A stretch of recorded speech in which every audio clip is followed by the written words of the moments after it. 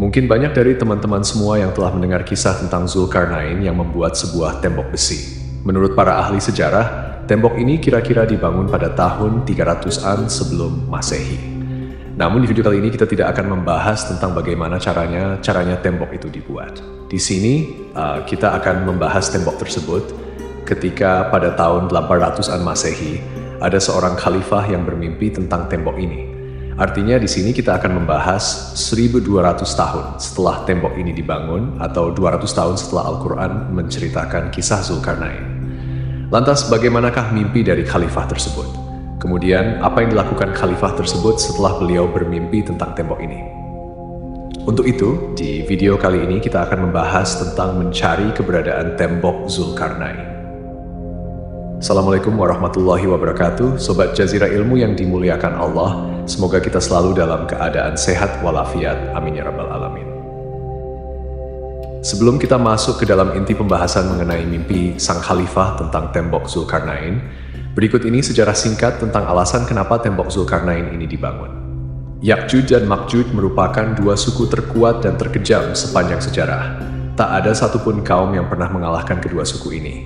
Mereka sangat senang membuat kerusakan dan kerap kali membunuh orang. Hingga pada suatu hari, datanglah Raja Zulkarnain dan pasukannya ke tempat tersebut. Kemudian, dengan dibantu masyarakat sekitar, Zulkarnain membuat tembok di antara dua buah gunung. Tembok besar ini terbuat dari campuran besi dan tembaga yang dipanaskan. Fungsinya adalah supaya Ya'juj dan Ma'juj terkurung dan tidak bisa keluar dari balik tembok ini. Setelah tembok selesai dibangun dan suku-suku di sekitarnya telah merasa aman dari serangan Ya'juj dan Ma'juj, di kemudian hari Raja Zulkarnain berkata, "Dinding ini adalah rahmat dari Tuhanku.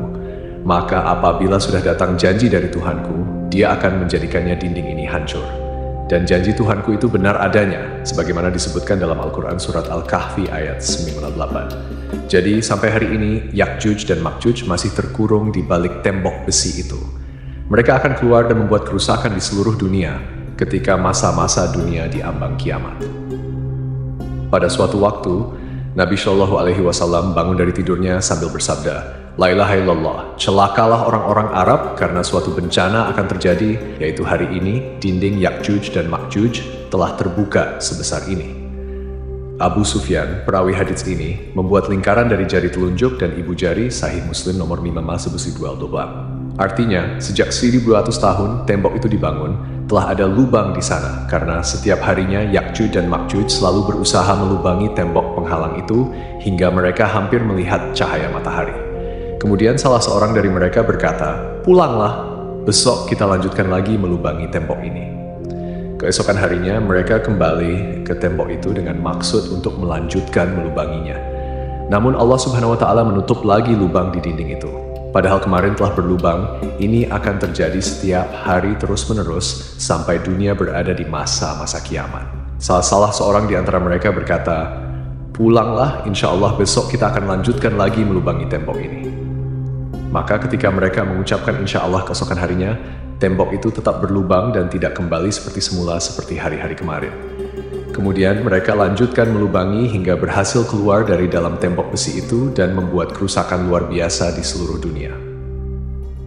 Kisah ini tertulis dalam manuskrip Arab kuno, catatan dari Ibnu Hudasbi, seorang ilmuwan dan geografis terkenal akan karyanya, yaitu Kitab Al-Masalik wa Al-Mamalik. Pada suatu malam di zaman kekhalifahan Bani Abbasiyah, Khalifah Al-Wasik, bila bermimpi bahwa tembok yang dahulu pernah dibangun oleh Zulkarnain telah jebol dan terbuka, itu berarti kaum yang ribuan tahun berada di baliknya, yaitu Ya'juj dan Ma'juj, telah berkeliaran di alam bebas. Khalifah sangat ketakutan karena jika hal itu sampai terjadi, tandanya telah terjadi malapetaka besar yang berkaitan dengan akhir zaman, karena teman-teman, lepasnya Ya'juj dan Ma'juj merupakan salah satu dari 10 tanda besar kiamat yang pernah disabdakan Nabi Shallallahu Alaihi Wasallam. Setelah sang khalifah bermimpi, beliau menceritakan mimpinya tersebut kepada para pembesarnya di istana. Khalifah meminta untuk mengecek tembok Zulkarnain apakah masih berdiri kokoh ataukah sudah hancur. Sementara itu, tembok ini masih menjadi misteri tentang letak persisnya di sebelah mana, karena sampai saat ini pun tak ada seorang pun yang mengetahuinya. Kemudian salah seorang pembesarnya mendatangkan seorang pengembara asal Turki yang bernama Salam Tarjuman. Khalifah Al-Wasik memerintahkan kepada Salam Tarjuman untuk mencari dan memastikan bahwa tembok Zulkarnain masih aman dan belum dijebol. Khalifah memberikan 5.000 dinar, ditambah dengan 10.000 dirham kepada Salam Tarjuman, demi bisa mencari jawaban atas mimpinya itu.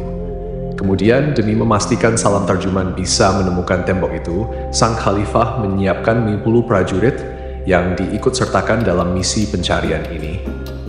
Lalu ditambah lagi dengan kuda-kuda dan perlengkapan selama mereka di perjalanan. Karena saking banyaknya perlengkapan mereka ini, sampai-sampai harus dibawa oleh 200 kereta keledai. Sobat Jazirah Ilmu yang dimuliakan Allah, maka berangkatlah Salam Tarjuman bersama rombongan dari Samarra, yang merupakan sebuah kota kecil yang terletak di sebelah timur Sungai Tigris di Provinsi Salah Abdin, Irak. Setelah sekian lama, rombongan karnaval yang dipimpin Salam Tarjuman menjelajah, akhirnya mereka tiba di suatu tempat di wilayah Armenia. Armenia adalah negara perbatasan antara Eropa Timur dan Asia, terletak di antara Laut Hitam dan Laut Kaspia. Di sana, Salam Tarjuman melihat sebuah daerah yang memiliki tanah berwarna hitam dan air laut yang seolah-olah warna kehitaman. Juga, lokasi ini adalah daerah sekitar Laut Hitam. Menurut salah satu argumen, kenapa dinamakan Laut Hitam? Karena di area sekitar laut tersebut sering terjadi mendung.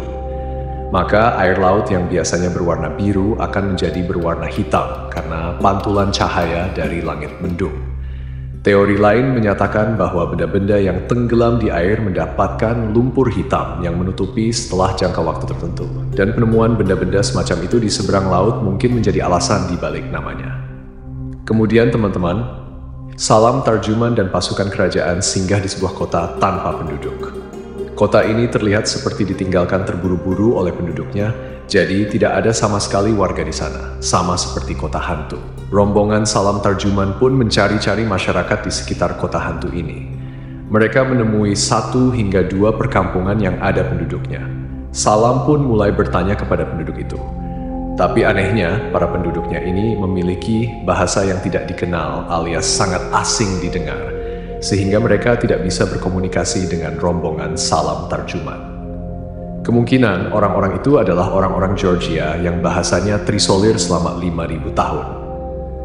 Hingga apabila dia telah sampai ke tempat terbenamnya matahari, dia melihat matahari terbenam di dalam laut yang berlumpur hitam, dan dia mendapati di situ segolongan umatnya berkata, "Hai Zulkarnain, kamu boleh menyiksa atau boleh berbuat kebaikan terhadap mereka." Al-Quran Surat Al-Kahfi ayat 80. Teman-teman khusus iman, karena Salam Tarjuman sulit berkomunikasi dengan penduduk di sana, mereka pun menggunakan seperti bahasa isyarat untuk bertanya kepada masyarakat di sekitar apakah mereka mengetahui tentang dinding besi Zulkarnain. Hingga ketika dia sampai di antara 2 gunung, didapatinya di belakang kedua gunung itu suatu kaum yang hampir tidak memahami pembicaraan. Al-Quran Surat Al-Kahfi ayat 9. Akhirnya, para penduduk di sana membawa Salam dan rombongan pergi ke suatu tempat. Warga sekitar menunjukkan bahwa di situ memang ada sebuah gerbang atau sebuah dinding yang terbuat dari besi tembaga. Daerah ini kalau di peta dunia disebut dengan Ngarai Darial. Lokasinya berada di dekat Sungai Terek. Georgia Ngarai sendiri diartikan sebagai sebuah lembah yang punya sisi-sisi dinding pegunungan yang terjal. Untuk menuju ke lorong, lembah tersebut hanya ada 1 jalan yang mengarah ke sana. Lorong ini dibuat oleh tentara Georgia dan dipugar kembali oleh Rusia pada tahun 1950-an. Sejak dahulu, lorong Darial dikenal untuk tujuan menjelajah. Lorong ini juga dikenal dengan sebutan gerbang alam atau gerbang Kaukasia. Ada juga yang menyebutnya dengan gerbang Iberia. Menurut sejarawan Muslim Abul Kalam Azab, ada sebuah timbunan besar berupa tembok yang dibuat dari besi bercampur tembaga di Bukit Kaukas atau Pegunungan Kaukasus. Bendungan berupa dinding ini ada di kawasan yang cukup sempit di antara 2 bukit dari Riau. Keadaan bukit itu curam dan membentang memanjang dari Laut Hitam hingga Laut Kaspia. Dinding yang menghubungkan 2 bukit tersebut juga menghubungkan antara 2 laut, panjangnya 1.200 km. Bukit dari Riau secara umum masih tidak terusik oleh tangan manusia. Abul Kalam menyebutkan kondisinya masih teguh seperti mempunyai bentuk berlapis-lapis. Nah, di area tersebut ada suatu timbunan tinggi yang terbuat dari besi yang dicampur dengan tembaga. Dan para penduduk yang tidak dikenali bahasanya tadi percaya bahwa timbunan besi tersebut untuk menyumbat sebuah lubang besar yang ada di sana. Masyarakat sekitar pun takut untuk mengusiknya karena mereka telah mendengar hikayat dari turun-temurun tentang keberadaan kaum perusak yaitu Ya'juj dan Ma'juj, teman-temanku seiman. Kemudian Salam Tarjuman pun berpikir memang benar di hadapan matanya ia melihat sebuah dinding besi yang sangat besar dan kondisinya sudah mulai retak-retak serta ada beberapa lubang yang seperti dibuat oleh manusia dari dalam balik tembok besi ini. Salam Tarjuman pun kemudian berpikir, jangan-jangan inilah tembok besi yang dibuat oleh Zulkarnain pada masa lalu. Maka Salam pun bertanya kepada warga sekitar, apakah ada yang pernah melihat sesuatu yang ada di balik tembok atau gunung itu? Orang-orang kampung ini berkata, iya, kami sering melihat kadang-kadang di puncak gunung ada orang-orang berlarian. Orang-orang yang dimaksud memiliki ukuran tubuh yang sangat kecil dan barbar. Suatu waktu, teman-teman masyarakat di kampung situ suka menggedor-gedor tembok besi tersebut dan terdengar suara manusia meraung keras dari balik tembok besi itu.